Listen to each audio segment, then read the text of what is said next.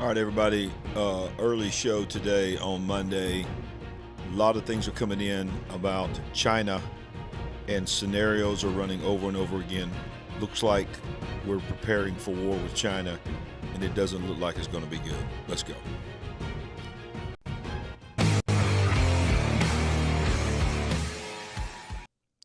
All right, everybody's watching on YouTube, Facebook, Rumble, X. Everybody, make sure you smash that like button. Go ahead and smash it, smash it, smash it.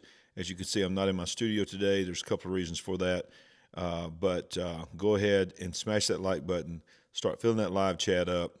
I know this was unexpected. Maybe some of you had your notifications enabled and you are able to get notified that I was live. I am actually live. This is not pre-recorded. This is live. And just wanted to touch base on, because I've been looking at this news today, and let me just show you some things here. So this is the first one I want to show you is Taiwan. This was let's see when this was datelined today. So this is today. Taiwan raises alert to high amid presence of Chinese warships. Taiwan raises alert to high. That's very significant. This is not normal here amid presence of Chinese warships. Nearly 90 Chinese Navy Coast Guard ships reported near Taiwan, southern Japanese islands, East and South China Seas. Taiwan has raised the alert level to high, says, let me see if I can zoom this in a little bit. In airspace and deployed dozens of warships and Coast Guard vessels excuse me, in waters around the island amid reports of possible Chinese military drill. In a statement on Monday, Taiwan's Ministry of National Defense said it launched combat readiness drills and set up an emergency center factoring in enemy threats in response to Beijing's latest move. Let me just jump over here and make sure that everything is working. You guys can hear. Hey, BP Earthwatch, how you doing, buddy? So great to have you on here. Appreciate your support, and thank you that you got the live notification. That's awesome to know that. Thank you for all that you do, and we follow everything that you do, and we appreciate you. A Taipei security told Reuters news agency that China currently has over 90 Navy and Coast Guard ships near Taiwan. So since the weekend, they have been flagging the presence of 14 Chinese warships, 7 military aircraft, and at least 4 balloons amid speculations of a possible military drill by Beijing. Taiwan's defense ministry said 6 of the aircraft crossed into the median line of the Taiwan Strait, an unofficial demarcation zone between Taiwan and China. One of the balloons also brushed over the island's northern tip, it added. Stay with me because I'm going to tell you about the scenarios of war between the U.S. and China that's imminent. On Monday, Taiwan said China had set up 7 zones of reserved airspace to the east of its eastern Fujian and Zhejiang provinces. Such zones are temporarily reserved and allocated for particular use during a set period. Though our flights can pass through with permission from controllers according to international rules. Now, that being said, I want to just tell you that I have covered this in times past, and I want to remind you of this, is that I did a show last year, late last year, that I said war with China in 24. Now, here we are. It's 24 is almost over, and we're not in war with China. So what happened? This is what was told to me then, and I'm going to tell you what's being told to me now. And I found one of the reasons I decided to go live with this is I found something that confirmed what I've been told. Now, what I was told back then was that the United States military generals, all the strategists, everybody was preparing to go to war with China in 24. Now, I think they were assuming at that point that Donald Trump would not be the president and that they were going to wait till we got into the political debate and all of this towards the end. And many people were saying that if it appeared that it was very apparent that Trump was going to lose and that they would have free reign with another 4 years of this administration, that they would launch the attack. The great unknown was what they would do if Trump was elected. And I think the numbers begin to come in, the behind-the-scenes numbers, not the public polls, that I think early on most of them knew that Trump was going to win. So obviously China knew that. They had probably already hacked the system, and they knew exactly that Trump was going to win, barring some activities going on, I should say, that was trying to change the alternative of the election, the ultimate outcome of the election. So here we are. Trump is the elected president, and the Trump effect is in wide open. It's wide open right now. It's affecting all the world. So what does that mean? Okay, so here we are. We're in the lame duck session. We see that Biden just allocated another almost $1 billion to Ukraine. They're doing everything they can do with the few days that they have left to try to get us into World War III. Now we see the fall of Syria. We see the fall of Damascus. We see Assad is now supposedly in Moscow and has fled for his life. And so now there is a regime change there. Which, by the way, the regime change is the regime change to a terrorist organization. Okay? Let's just tell it like it is. This is not a regime change to freedom fighters, freedom as we know it. This is a regime change to more terrorists. So don't get your hopes up there. But the topic of this video is China, and why many people believe that there's just no way that America could win a war with China. Now, of course, it's very difficult for an American, a patriotic person like myself, and many of you watching, to admit that or to accept that our military would not be able to win a war in this time, because many people believe that we still have the most powerful military in the world. But I want to show you some things, and I want to remind you that, got on a little rabbit trail there, but if you came in late, I was just talking about how I had someone speak to me in an anonymous way, off-the-record way, that had high-up connections in the military, telling me that the military last year and in previous years have been running scenarios and letting AI be a part of it to simulate war with China and what that would mean. And in every scenario that they ran, America lost the war. Our military lost the war. Now, these are digital runs. These are AI simulations. And in all these simulations, America lost the battle. And that's very troubling. And it's very hard to accept. But let's look at what this website says. Now some of these are older websites. I believe this is December 9th. But then I want to show you one actually from 21 and 22 that supports what this person was telling me that we lose in every scenario. This was actually dated December 9th, today, from the Washington Free Beacon. And it says, in a war against China, the U.S. runs out of missiles in a matter of weeks, a House committee finds. In a war with China, zoom this in so y'all can see a little better. In a war with China, the United States would expend its stock of advanced missiles and bombs in less than a month and run out of critical weapons in a matter of days, according to a Wargame simulation conducted by the House Select Committee on China.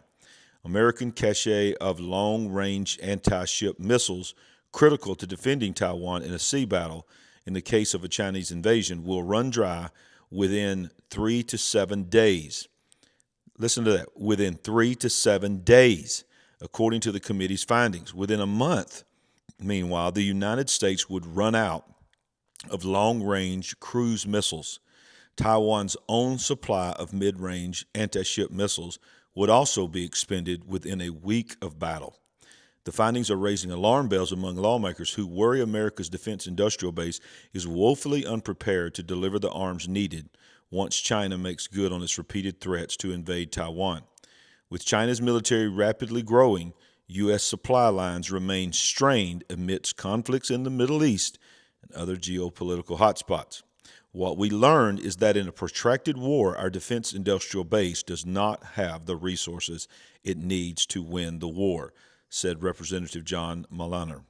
The China's committee's chairman said in a statement, "It's stretched thin with regional conflicts around the world. We need to make sure that we shore up defense industrial base so that we can win a war if it were necessary." The Wargame session hosted at the end of November showed, quote, "The U.S. military and defense industrial base are being stressed by global conflicts, including the tumult in the Middle East and Russia's war on Ukraine. The simulation was run more than 25 times to ensure the accuracy of the results, which repeatedly showed the United States had insufficient stockpiles of critical munitions for protracted war. This includes the missiles that would be key to defeating China in any land and sea battle. In the current defense landscape, it would take the United States roughly 2 years to produce these key munitions needed for a conflict with China, including Tomahawk missiles, cruise missiles, and surface-to-air munitions. It would take the United States decades longer to rebuild ships and aircraft carriers destroyed in a standoff with Beijing. America's aircraft carrier replacements would take an estimated 40 years to resupply, while new attack submarines would take around 8 years, according to a summary of the war games published by the China Committee." And it goes on. Y'all, this is very, very alarming, because what it's saying is that we have sent all of our munitions to Ukraine and to Israel, and we have not used the money to replenish what we need to replenish. And that's why the scenarios run over and over and over again what would happen. Now, I want to take you to this article here, and then I'm going to show you something that I believe this is why China has not gone to war with us yet. This is from Fox News, and it says, "Would the U.S. win a war with China over Taiwan? U.S. lawmakers are briefed on the potential outcome." Now, we just talked about that, but it says here, the Chinese defense industrial base is operating at a wartime footing and now has a shipbuilding capacity, listen to this, 230 times greater than the United States. I have to read that again. The Chinese defense industrial base is operating at a wartime footing. They're not waiting for war. They are operating in a wartime footing now, as if they're in war, and now has a shipbuilding capacity 230 times greater than the United States, making a potential invasion of Taiwan a not unlikely outcome.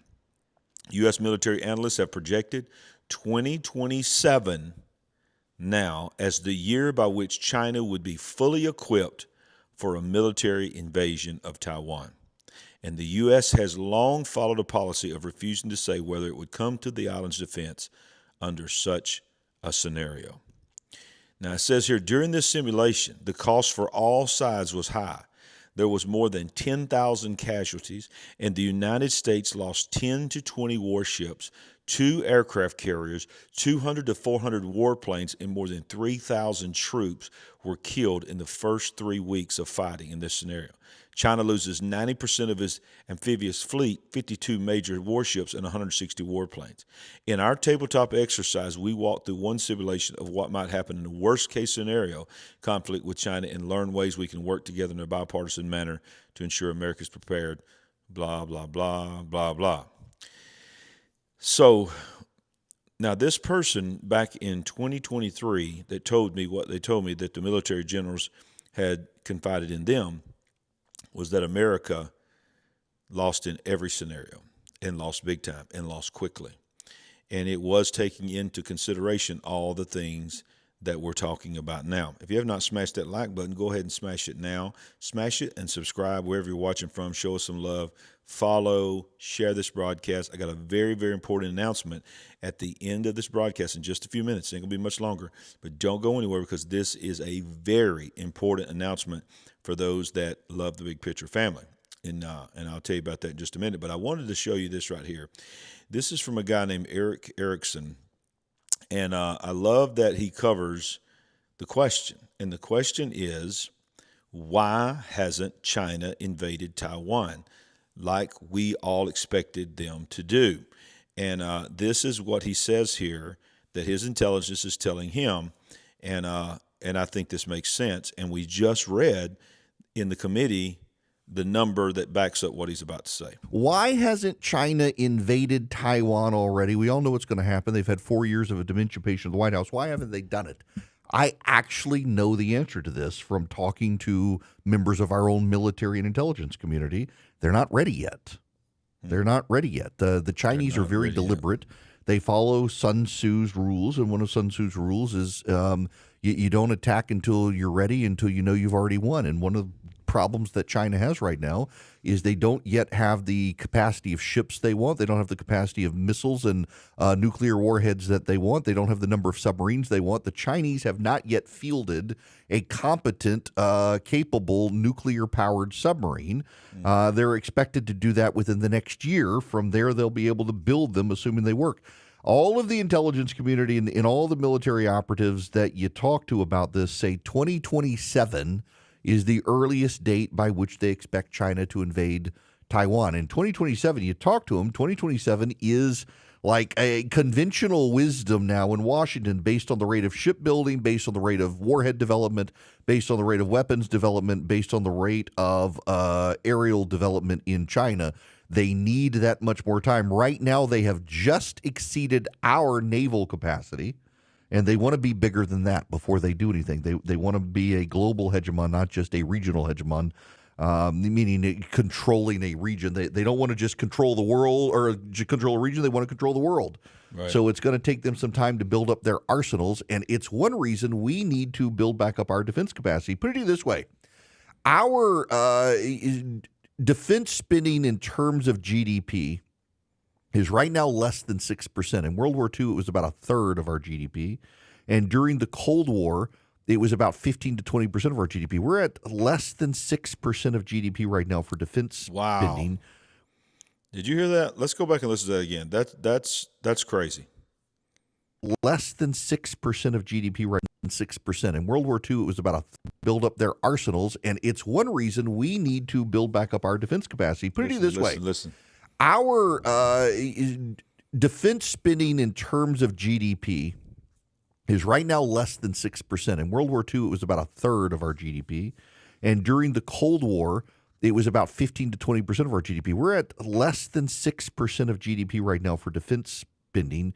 We need a massive, massive rebuilding of our military, and they need to stop doing goofy projects like the F-35 and actually just build stuff that works. Wow, very, very interesting. And not to mention the fact that of that GDP that's less than 6% now, how much of that was spent on woke DEI agenda things versus actually building a military, as in the words of the great Rush Limbaugh, who used to say, the military was not for humanitarian reasons. The military was created to push down, break down, knock down buildings, and kill people. That's what the military is supposed to be for. It's not supposed to be for, holding. Well, I'm just not going to say much more than that. It's supposed to be for actual war. That's what you go to boot camp for, to learn how to fight in a war. But we lost our way. So if you haven't smashed that like button, smash it now. Thank you to all of our partners that partner with us. And I know this was a surprise broadcast. I see that, Kevin. A lot of you guys were not expecting this because this is our big Monday night show. So I got an announcement to make to you tonight. Sandy and I have been doing the big picture now for, 2.5 years now. Of course, I do a lot of the shows myself, the Bible study on Wednesday nights. We do our show on Thursday nights, which, by the way, Thursday night we'll have Stan Deo on here. How awesome is this? He's been talking about Damascus and Syria. He's been talking about the two-state solution for years now. And many, many other things that are happening in the news right now. So we have the great, amazing Stan Dale will be on here Thursday night to discuss the events of the day. So be looking for that. But we've been doing our big picture now for 2.5 years, and it's we still pastor a church full time. We're full-time papa and nana, and we're taking care of our babies a lot and babysitting them, and things are happening in our church. We got the Christmas holidays coming up. And you know what I just told her today, and it was a hard decision to make, but I just said, we have got so much stuff going on right now coming up this week. This week and the next probably 2 or 3 weeks, all the way through the end of the year, we got something going on every single night. And then, of course, you have Monday night, Wednesday night, Thursday night, solid on the big picture, and then breaking news throughout the day, throughout the week. So I said, you know what? When I look at Tuesday, Wednesday, Thursday, Friday, I look at next week, we have things going on in our church and things going on our show and other things that we don't have that option. So I am going to ask with a big smile on my face for our Big Picture family to excuse my wife and I out tonight. We're gonna take tonight for us. It's very seldom do we get to take any night for just us to do nothing or whatever we want to do. And I know Monday night's our biggest night. We are going to have a show tonight. I am going to rebroadcast. So if you have already seen it, go back and watch it again. Start sharing with people. We're going to rebroadcast my interview with L.A. Marzulli about aliens, UFOs, and all that. That's going to be rebroadcast tonight. The live chat will be available just like it is right now at 7 p.m. tonight. And but if you will excuse and give me my wife, we don't take nights off. Even when we go on vacation, we'll try to pre-record. We've never missed a Monday night, and we've never missed any of our shows except for the one time that I was in the hospital. But tonight, we're going to take the night for us. So I hope that you guys will be gracious, give us permission, and know that we need it. We need it because we haven't had it in a long time, and we got a lot more stuff coming up the rest of this year and into the next new year. I'm very, very excited about the big picture and what God is going to do. So I see all the kind thoughts and everything. Thank you so much. I'm about to start crying right now because you guys mean so much to me. It is important to us to be with you. It's important to us to go ahead and we always read the live chat. We always read the comments. We may not get to respond to all of them, but we do. So thank you for giving us the night off. But be here tonight at 7 o'clock. And if you haven't seen it yet, it's a very powerful show with the great L.A. Marzulli, my interview that I did with him recently. I'm going to rebroadcast that tonight at 7 p.m. Central.